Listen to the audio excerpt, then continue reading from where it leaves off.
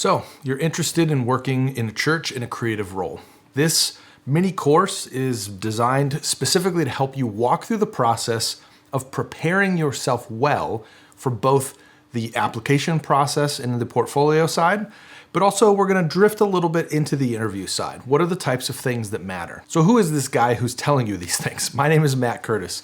I've served in the church in the creative ministry side of the organization for over 16 years. In that time, I've executed as a designer and I've led teams of creatives. As part of leading teams, I had to hire a lot of creatives. And so what that meant was I had to get a ton of people applying for the different opportunities that I had on my team. Over the years, I have seen fantastic portfolios and I have seen less than fantastic portfolios. I've seen people that I want to have a conversation with, and then I've discovered something in the process that has maybe raised some red flags, not interested in that candidate. And I've had others that have surprised me once we brought them on the team in terms of their ability to perform. And so I want to give you some of the tips and the tricks that I have seen over the years not implemented so that that's not you. So if you want a job working as a creative in the church, these will help you at least have the conversation and present yourself well. Your portfolio needs to answer these three questions. Do you understand the foundational principles of design? Can you solve problems? Can you create effectively for print, web, socials, screens, etc.? If I look at your portfolio, I need to know the answer to those three things. If I see that you look pretty competent or that you have a good foundation in those things, then there's a high likelihood that you're going to move to the next phase of the conversation. If I don't think that you're good at those things, if I can't tell by looking at your portfolio that you have at least some degree of mastery in those areas, you're probably not going to have a further conversation. So if you're looking for an area to develop and grow as a designer, those are the types of areas where you want to spend your time. First things first, you need to include a portfolio. If you do not have a portfolio that features your body of work, you should not expect to get the job. In fact, I don't even think you should expect to hear back because you don't look like a serious candidate in the grand scheme of all of the different people that have applied. Now, you may think that that's ridiculous. Why would you even put that in this presentation? Because probably about 50% of the candidates that applied for roles that I had open in the organization did not include a portfolio. And I don't mean I asked them for it and then they sent it to me. They just straight up didn't have a portfolio. Well, all of those people were a waste of my time because I couldn't evaluate their ability to create. I knew the workload that we had. I knew the complexity of the things that we were trying to do.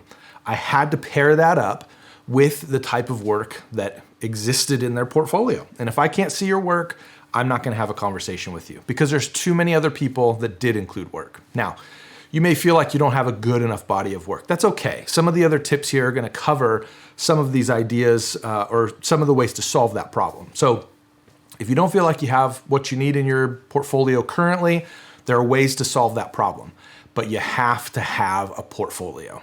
As you build your portfolio, you want to build with the church in mind. Now, what this means is if you're applying to a specific church, you want to build your portfolio to be a reflection of work that fits what that organization looks to accomplish.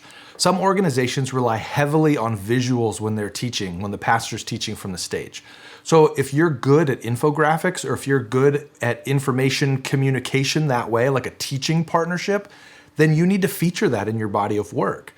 If this is an evangelistic church, they're very heavy on inviting people. Well, create graphics that are compelling enough that someone would want to share, or even show graphics that are an example of a share type of graphic. So you're looking for what is the heartbeat of this church, and then you're creating your portfolio around that. Here's an example of where this goes wrong. I was applying for a church right out of college, and there were other candidates that were applying as well.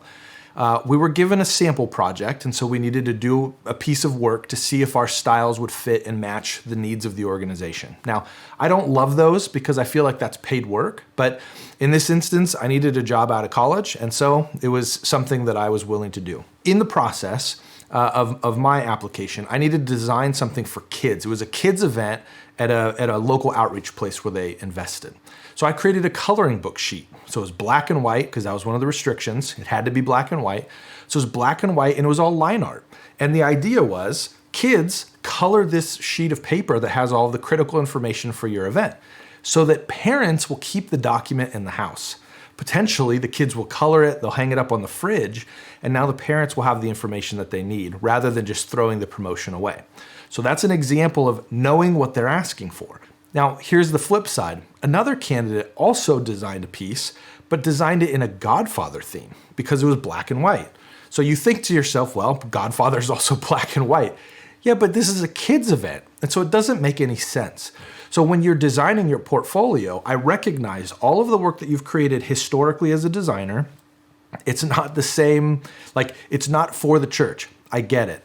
But the work that you include needs to have a conceptual bridge to the type of work that they are going to ask you to create.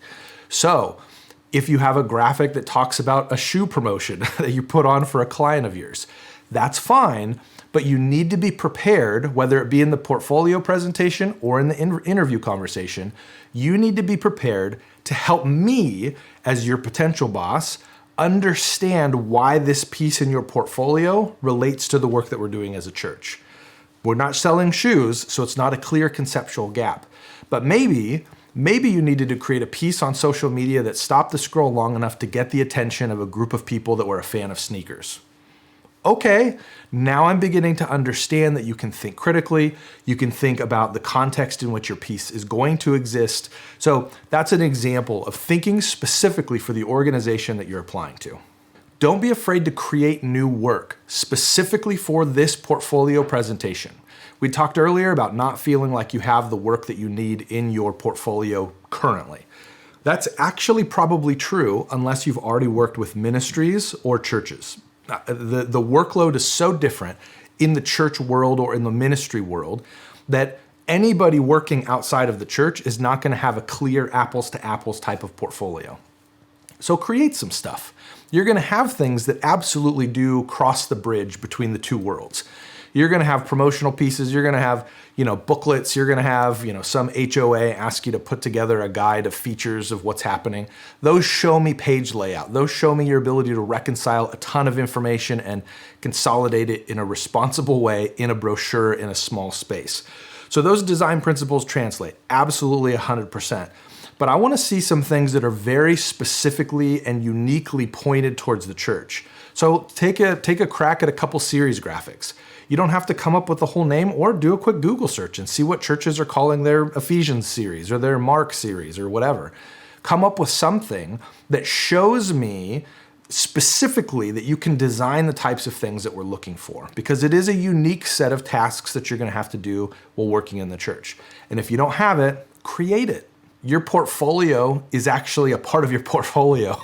So design your portfolio like what you do.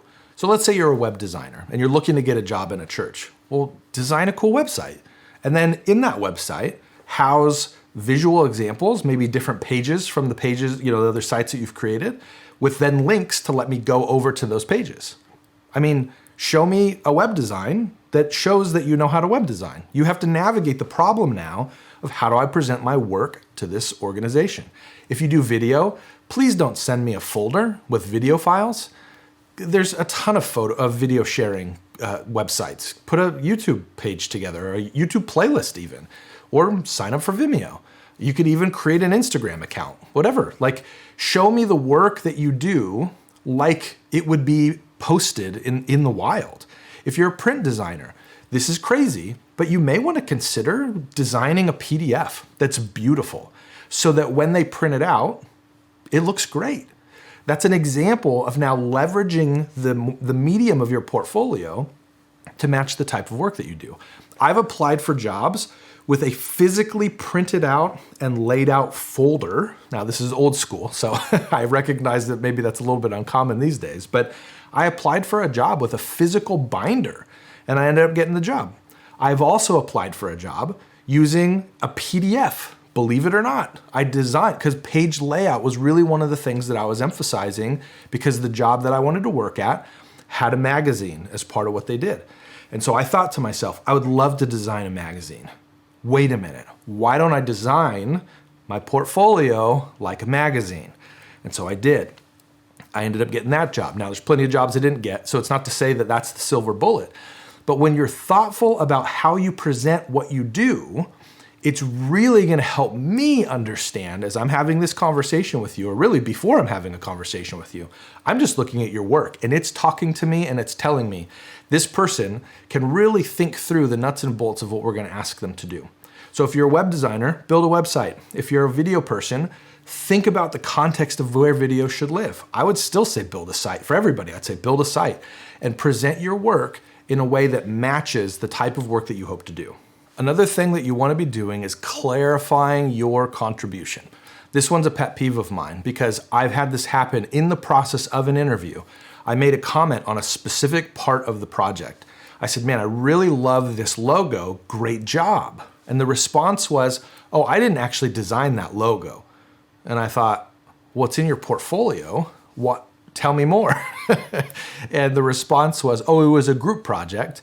And so yeah, it's part of a group project. Okay, great. What part of this did you do? Or did you do any of it?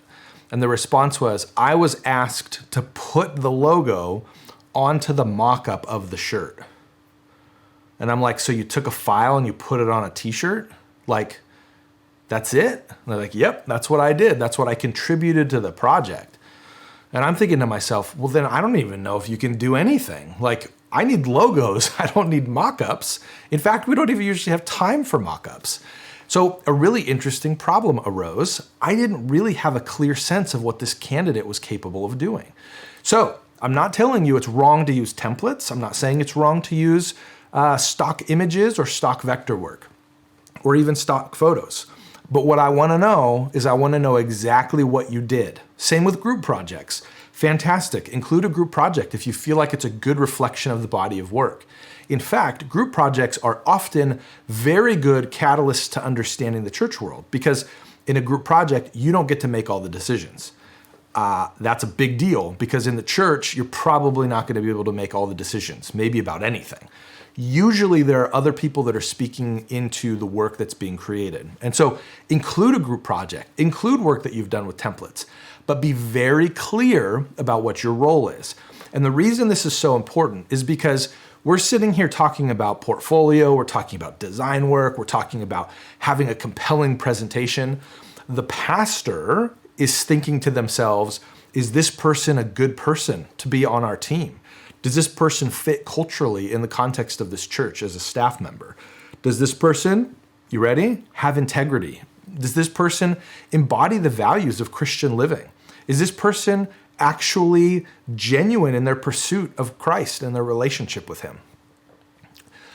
None of those things are in your portfolio, and yet they actually kind of are. If you're deceptive in an effort to try to get the job, you're going to be revealing a lot about your character. Now, the problem is sometimes you can get away with it, and if you do, your character is still going to show up later on, and it's not going to be a good thing. So you want to make sure that you're very transparent about the role that you played in all of the work that's in your portfolio. I had this question asked to me as I was applying for my first job. We had an advertisement for a missions conference that a friend and I worked on. And the question was, so what part of this ad did you do? And it was great because it turned into a really good conversation. I didn't create the logo. I didn't create, certain parts of it, but I determined the placement of the ad, meaning I believed that this was a good place to be promoting this, this missions conference. And the reason that was important is because it showed that I was beyond just a designer. I was able to think critically and strategically about where messages go as well. While that didn't become a part of my role primarily, even as I worked at that church for a while, it was a really important aspect of me showing the breadth of skill set that I brought to the table. So those conversations, they feel scary when you don't have a job. They feel scary when you're trying to walk into an interview conversation. But the honesty actually will win you more in terms of being a viable candidate for the role that you're applying for. Always run your work through the church filter. A friend of mine and I were talking actually about this little mini course.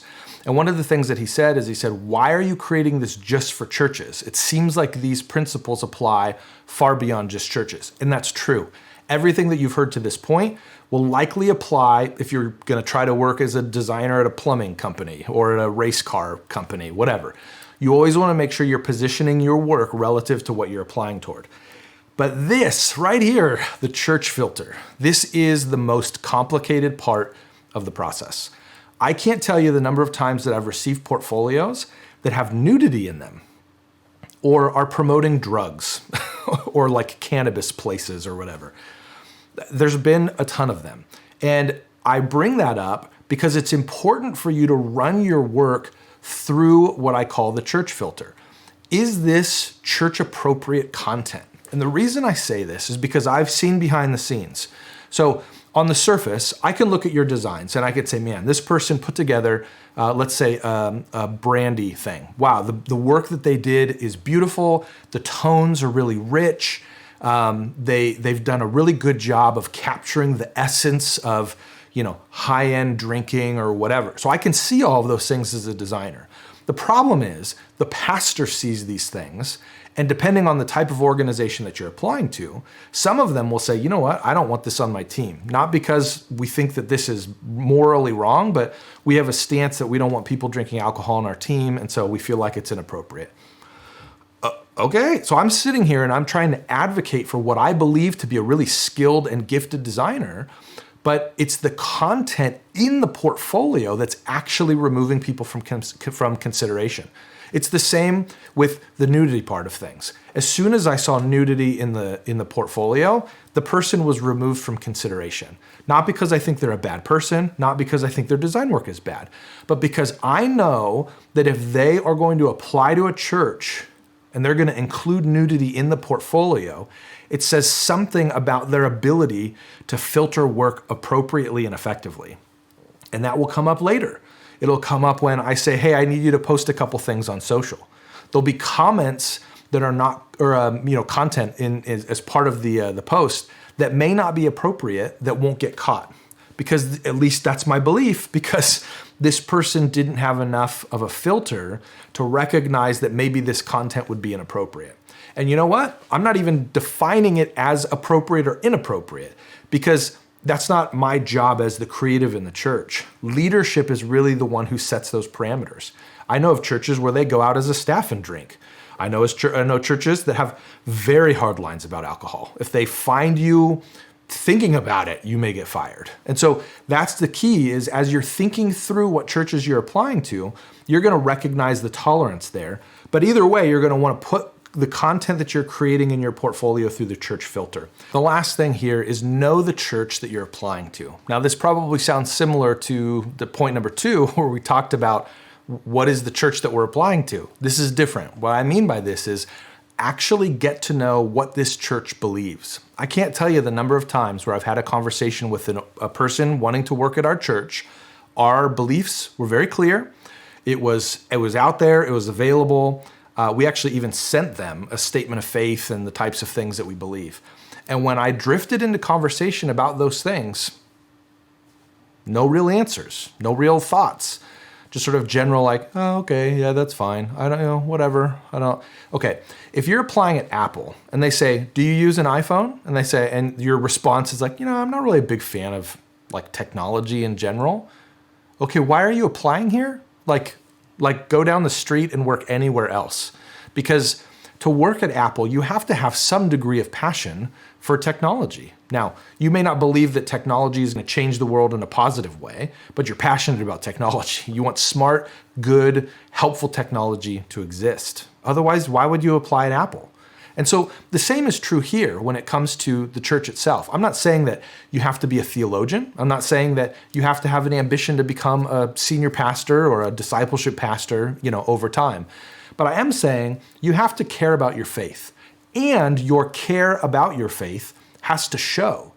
And when a church has a conversation with you about what you believe and why, or what they believe and if you're okay with that, it's really important that you lean into that conversation. Because again, we're talking about portfolio, we're talking about design, we're talking about those things. The pastor's not. Let's say you get into the process of having an interview. Your first interview is with me. I'm the one who manages the creative team. I'm gonna have this conversation with you. I'm gonna assess if I think that you're gonna be a good fit from a graphic design or whatever creative, kind of part of the creative industry you're in. I'm gonna make sure you're a good fit. I think that you are competent. I think that you'll be able to execute within the context of our team. And I care about the social side. Are you gonna be able to get along with the other people that you'll be working with in the organization? That's my conversation. The next conversation is gonna be with leadership. And they don't care about any of that because they trust that I care about that. So what they care about is, does this person have a personal relationship with Jesus Christ? Does this person take their faith seriously? Does this person have integrity? Will this person fit on the team at a macro level? Like, will you be able to work with the kids team or the students team or the administrative team or like at that level? And so by getting to know what the church believes, by getting to know who the church actually is, you're putting yourself in a position to actually have a meaningful conversation with leadership. And I'll be honest with you, I've seen a lot of really good designers not get jobs because they haven't paid attention to who the organization is, bottom line. And so they've just disregarded that to the point where it's almost like they've actively not tried to get better in some of these areas or tried not to learn about the organization. It's been really astounding to me. And so I would encourage you, if you are serious about trying to get a job as a creative in the church, you need to get to know the church that you're applying to. You need to know the tradition. You need to know the history. Is it a Methodist church? Is it a Baptist church? Is it a Presbyterian church? Where on the spectrum does it fall? What do they believe? What are some of their core convictions? Do you feel okay about that? Like, do you feel good about that? Are you a die on the hill guy or gal on this one specific issue? A great example is what we've mentioned before, Christian liberty. Are you passionate that you believe that Christians should be able to drink? No problem at all. I mean, I'm gonna save you some time. You probably don't wanna look at a Baptist church because they have a stance that's different. They wanna be very careful. And so go for a Reformed church. They're fine with drinking. I don't know, but those are the types of things that you really need to understand, because if you're gonna be really big on drinking and you're gonna apply at a church that's not big on drinking, you're gonna have tension. Even if you end up getting the job, it's gonna be stressful and frustrating, and honestly, it may end up with you getting let go.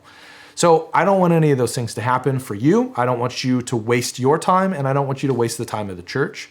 So know those things going in and opt out yourself by knowing the different areas where there's gonna be disagreement. Thank you so much for taking the time to go through this mini course. I am really excited for you as you put in the hard work, you build your portfolio to the church that you're applying toward, you get to know the church, and you are transparent about the work that you've put into your portfolio. Those things are gonna really set you apart from most candidates. I don't think I've had a candidate that has done all of the things that are in this list that I've shared with you. So if you invest in these things, you absolutely will stand out, and you'll have a really great chance of at least securing the interview conversation. Doesn't mean you'll be a cultural fit, doesn't mean they won't go with somebody else, but these are gonna remove most of the roadblocks that people face when they're trying to get a job as a creative in the church. So let me know if you get the job.